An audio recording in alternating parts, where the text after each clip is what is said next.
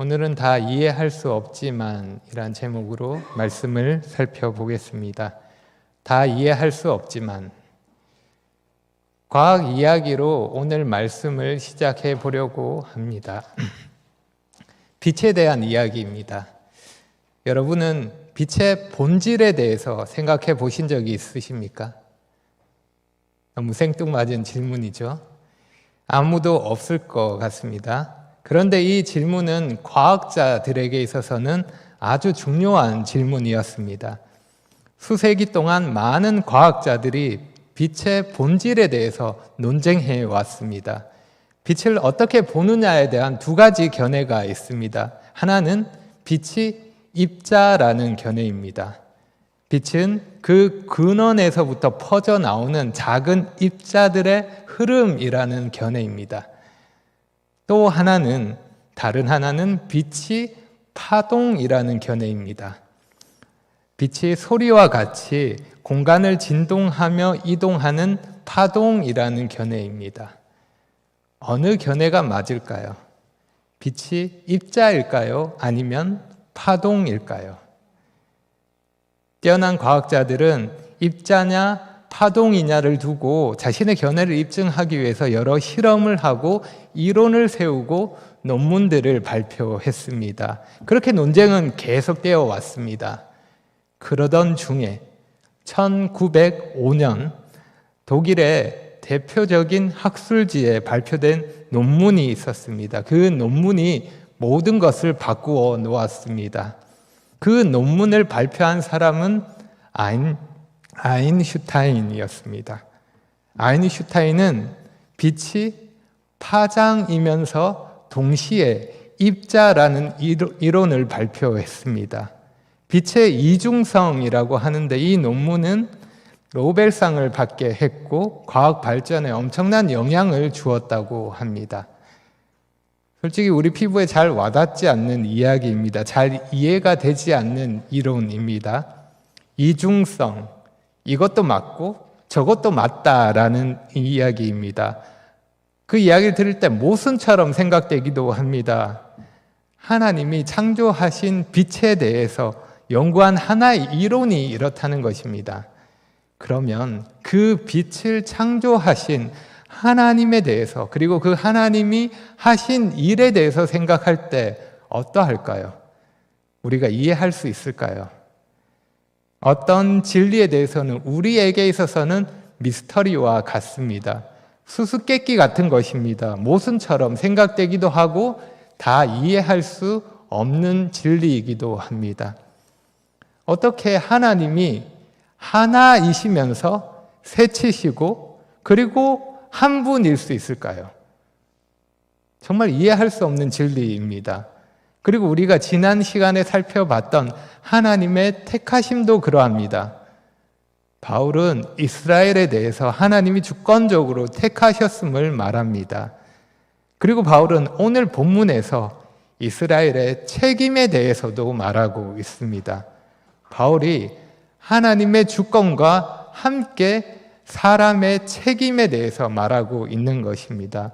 사실 이 두 진리는 서로 반대되는 것을 말하는 것 같습니다. 그래서 하나님의 주권적인 절대적인 주권과 인간의 자유의지는 모순처럼 생각되는 것입니다.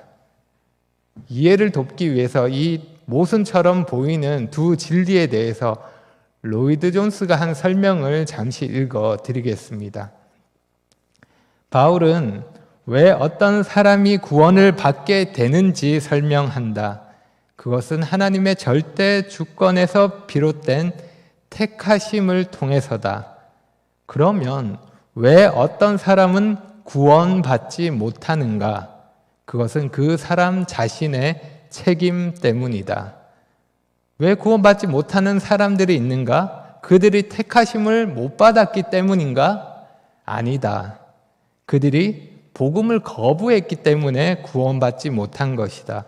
복음을 거부하는 것은 우리의 책임이지만 복음을 받아들이는 것은 우리의 공로가 아니다. 이스라엘이 복음을 거부한 것은 하나님의 실패도 아니고 하나님의 불의도 아닙니다. 누구의 책임입니까?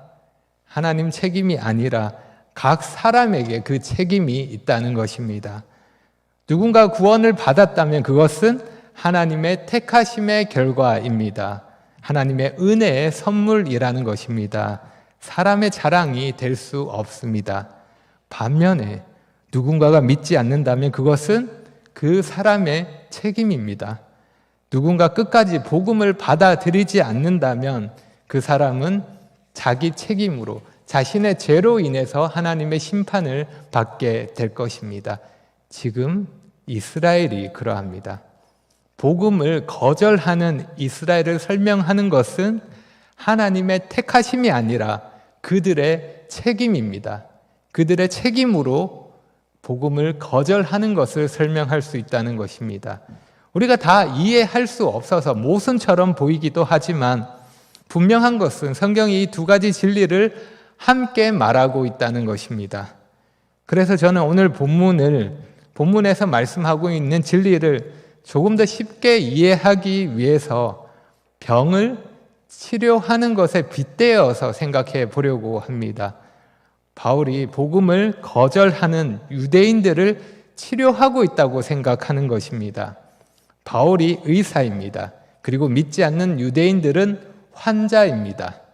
그럼 바울이 어떻게 치료를 하는지 네 가지 과정을 통해서 한번 생각해 보겠습니다. 여러분도 복음으로 의사가 되었다고 한번 생각해 보시고 치료하는 과정에 동참해 보시기 바랍니다. 의사로서 환자가 있습니다. 환자에 대해서 먼저 무엇을 해야 할까요? 첫째로 진찰합니다. 진찰 30절에서 33절까지 보겠습니다. 그런즉 우리가 무슨 말을 하리요? 의를 따르지 아니한 이방인들이 의를 얻었으니 곧 믿음에서 난 의요. 의의 법을 따라간 이스라엘은 율법에 이르지 못하였으니 어찌 그러하냐? 이는 그들이 믿음을 의지하지 않고 행위를 의지함이라. 부딪힐 돌에 부딪혔느니라. 기록된 바 보라. 내가 걸림돌과 거치는 바위를 시온에 두노니 그를 믿는 자는 부끄러움을 당하지 아니하리라 함과 같으니라. 지금 이스라엘을 진찰한 내용이 이러합니다. 이스라엘은 스스로를 하나님의 백성으로 여기고 율법을 따랐습니다. 하지만 그들이 기대했던 의에는 이르지 못했습니다. 오히려 의에 이른 것은 누구입니까? 유대인이 아니라 이방인입니다. 이스라엘 입장에서는 너무도 이해할 수 없는 상황이라 할 수 있습니다. 개미와 배짱이 이야기가 있습니다. 알고 계시죠? 개미와 배짱이 이야기. 무더운 여름 동안 개미는 열심히 땀을 흘리며 일을 합니다. 그런데 배짱이는 나무 그늘에 앉아서 노래만 부르고 놀면서 하루하루를 보냅니다. 원래 이야기대로 하면 그 결과가 어떻게 되어야 합니까? 겨울이 되었을 때 개미는 풍족한 양식으로 따뜻한 겨울을 보내고 배짱이는 양식이 없어서 힘들게 겨울을 보내며 후회해야 합니다. 의의 법을 따랐던 이스라엘은 어떻게 돼야 합니까? 의에 이르러야 합니다. 그리고 의를 따르지 않은 이방인은 어떻게 되어야 합니까? 심판을 받아야 합니다.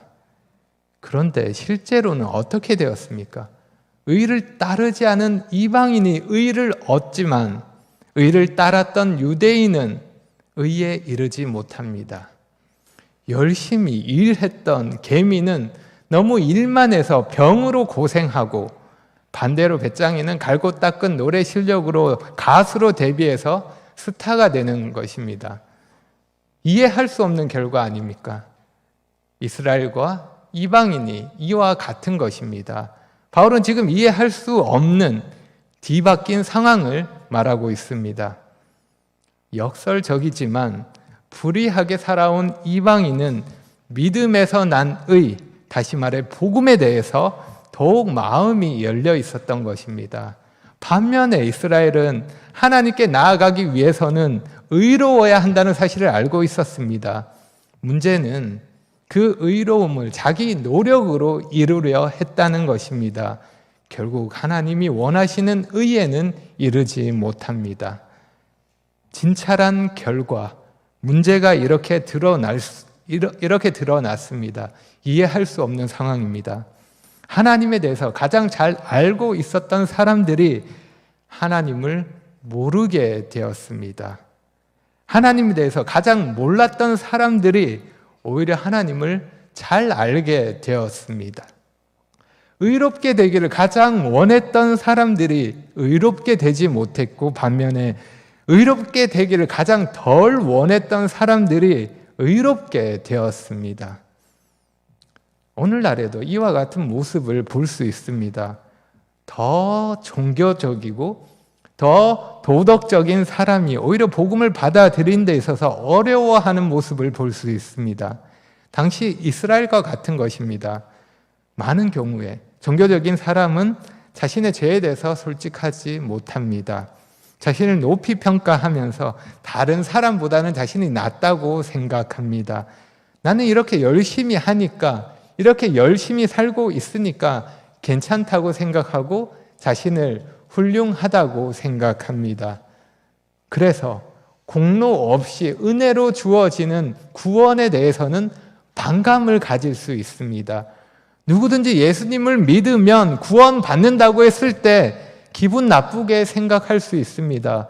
받아들일 수 없다고 생각합니다. 이스라엘처럼 말입니다.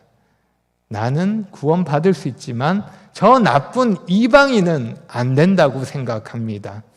그래서 하나님이 은혜로 허락하신 예수님이라는 반석은 이스라엘에게는 부딪히는 돌이 되었고, 걸림돌이 되었고, 거치는 바위가 되었습니다. 이해할 수 없는 일이었습니다. 사람의 병을 진찰하는 기준은 하나입니다. 예외 없이 모든 사람은 하나님이 두신 견고한 반석, 예수님과 어떤 관계에 있느냐에 따라서 결정됩니다. 선택은 두 가지뿐입니다. 모든 사람들은 둘 중에 하나에 속하게 됩니다. 하나는 예수님을 신뢰하여 예수님을 삶의 기초로 삼고 그 위에, 그 반석 위에 삶을 건축하는 것입니다. 다른 하나는 그 반석을 무시하고 자기 뜻대로 행하다가 그 반석에 걸려 넘어지는 것입니다.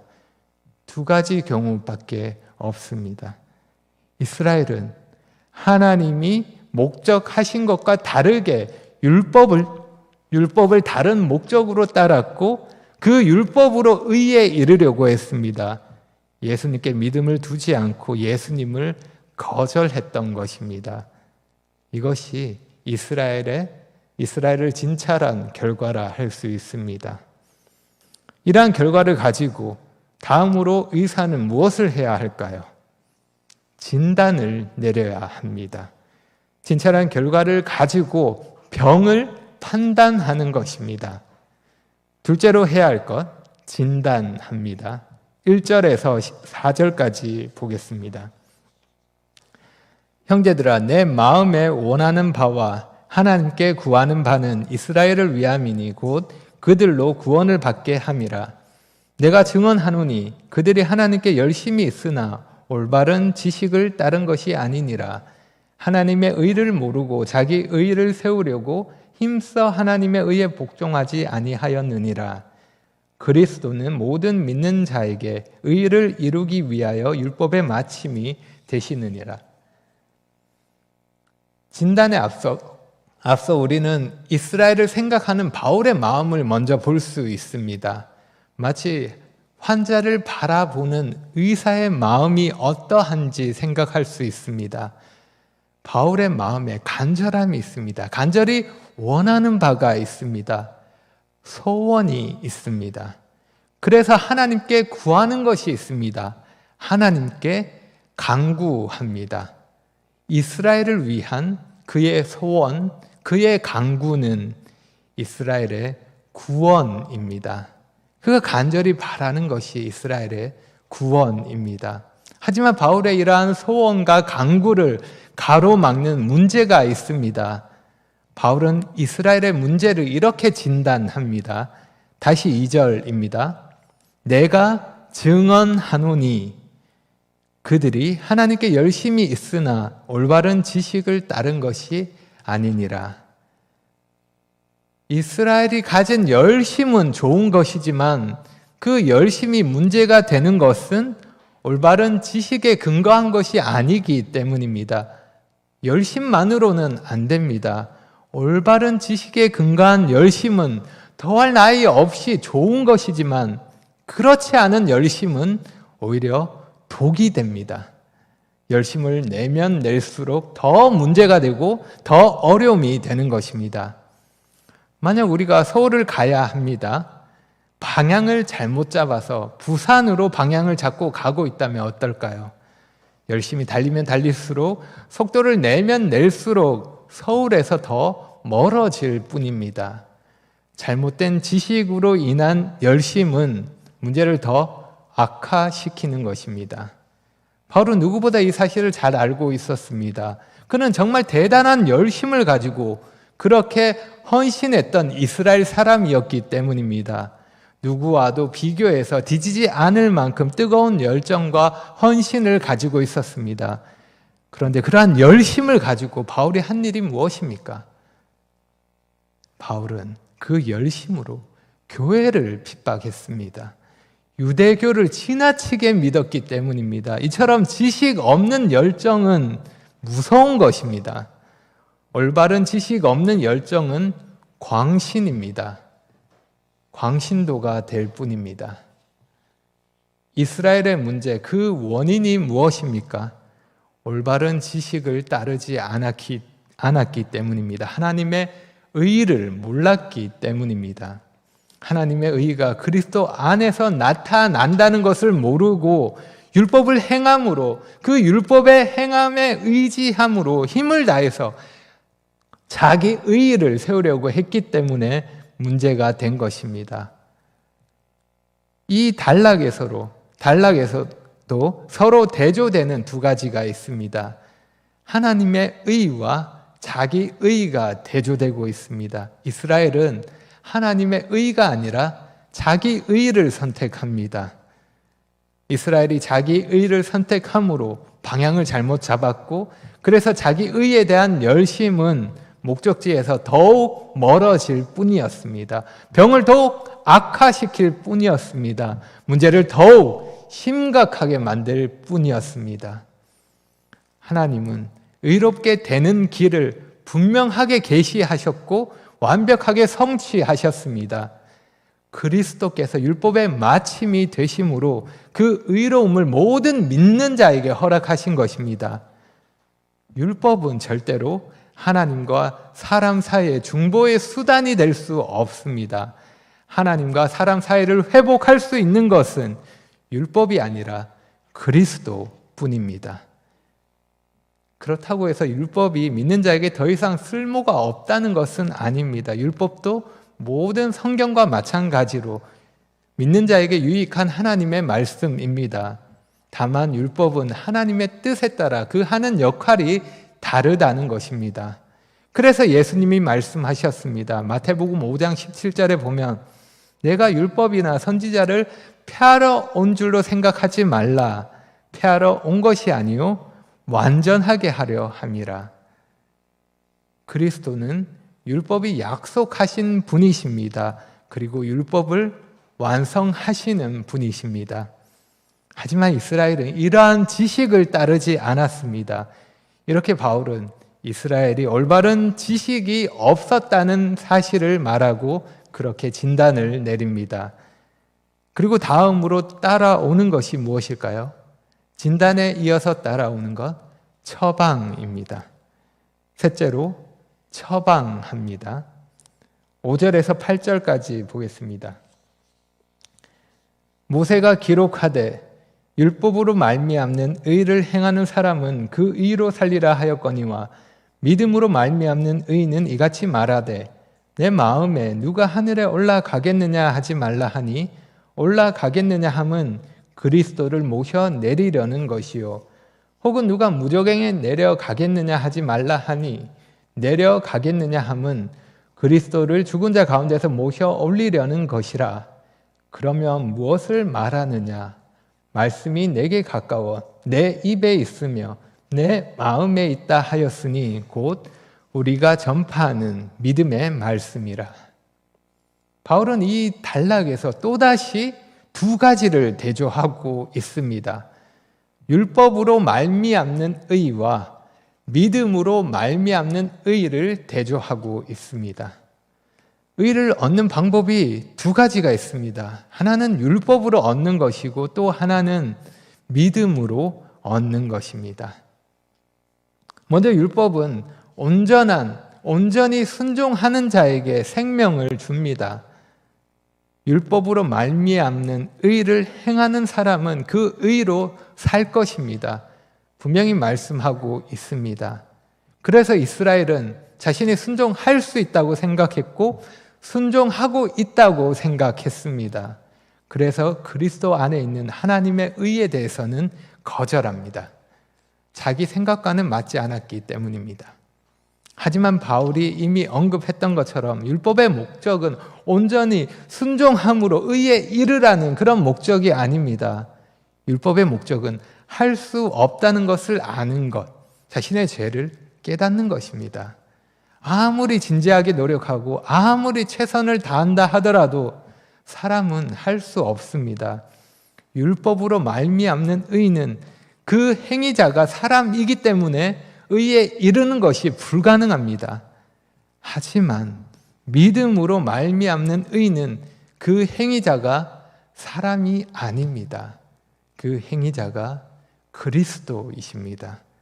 의롭게 되기 위해서 각 사람이 무언가를 해야 되는 것이 아닙니다. 그리스도께서 대신 하셨습니다. 하나님 말씀을 얻기 위해서 하늘에 올라갈 필요가 없듯이 의를 얻기 위해서 하늘에 올라가서 그리스도를 모시고 내려올 필요가 없습니다. 그리스도께서 이미 사람이 되셔서 하늘에서부터 내려오셨기 때문입니다.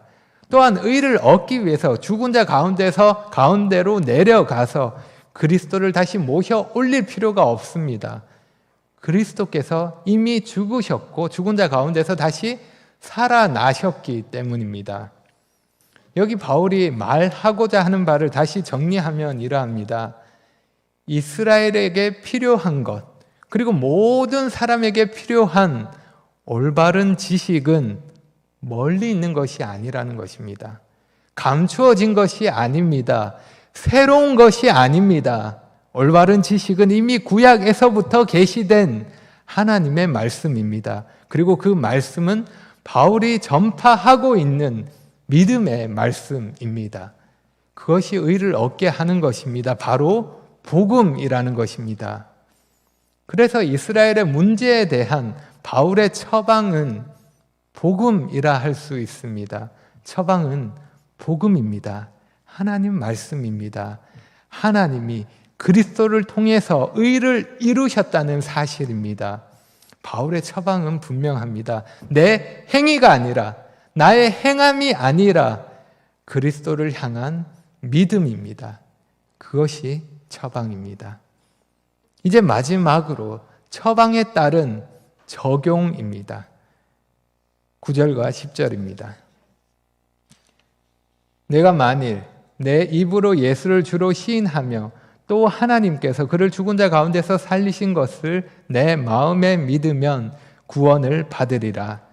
사람이 마음으로 믿어 의에 이르고 입으로 시인하여 구원에 이르느니라. 9절과 10절은 서로 교차되어 있어서 연결되는 이중적인 적용이라 할 수 있습니다. 예수를 주로 시인하는 것과 마음으로 믿는 것이 연결되어 있습니다. 그리고 의에 이르는 것과 구원을 받는 것이 서로 연결되어 있습니다.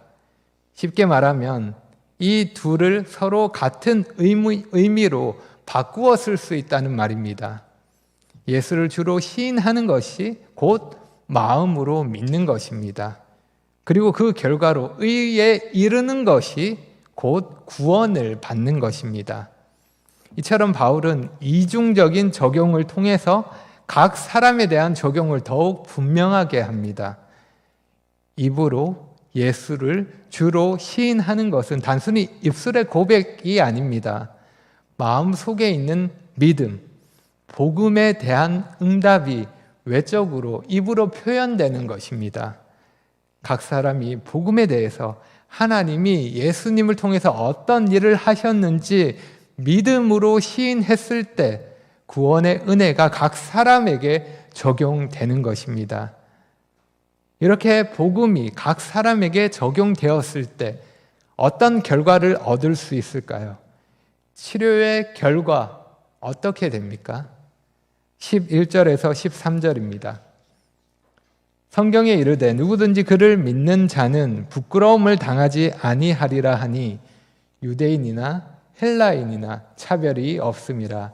한 분이신 주께서 모든 사람의 주가 되사 그를 부르는 모든 자에게 부요하시도다.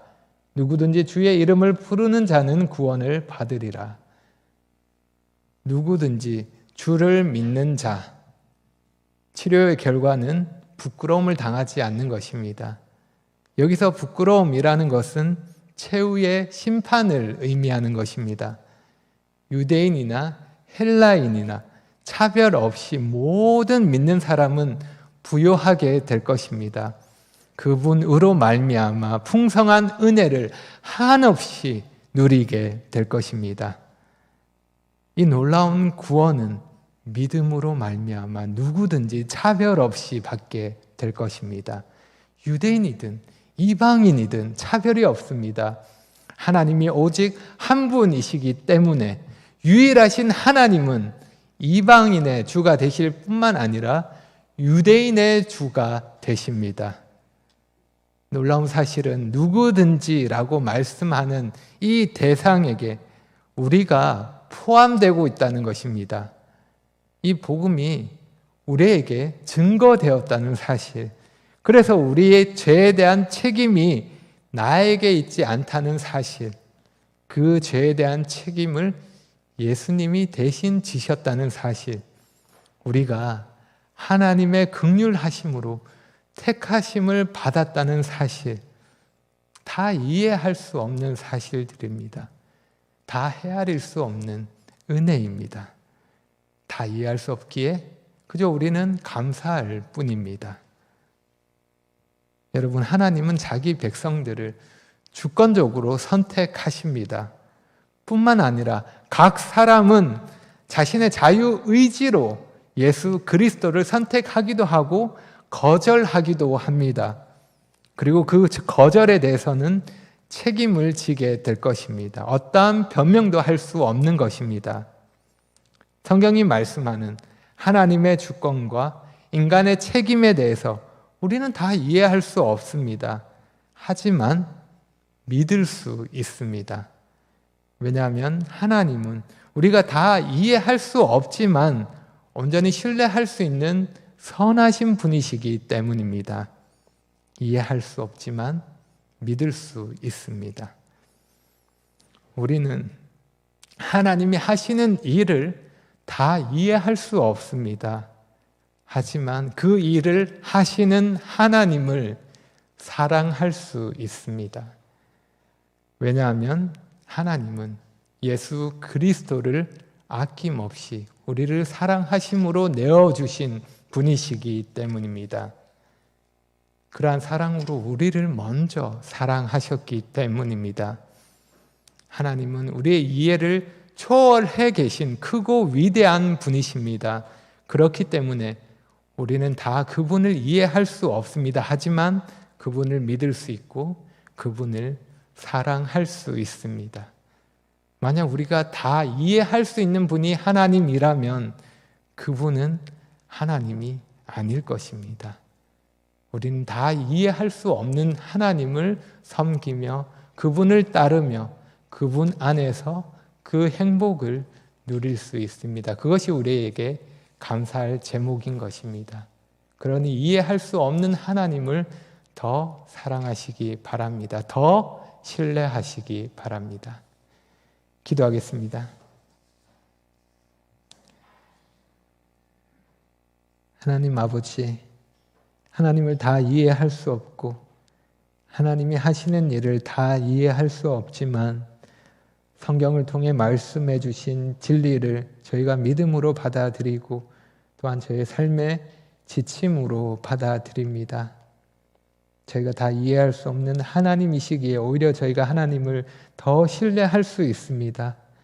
저희가 다 이해할 수 없는 일을 하나님이 하셨기에 오히려 저희가 하나님을 더 사랑하게 됩니다.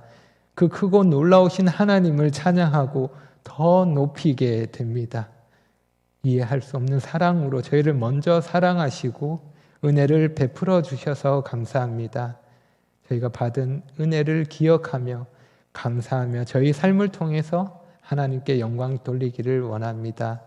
때마다 필요한 지혜와 힘을 주시고 함께 해주시기를 구합니다. 예수님 이름으로 기도합니다. 아멘.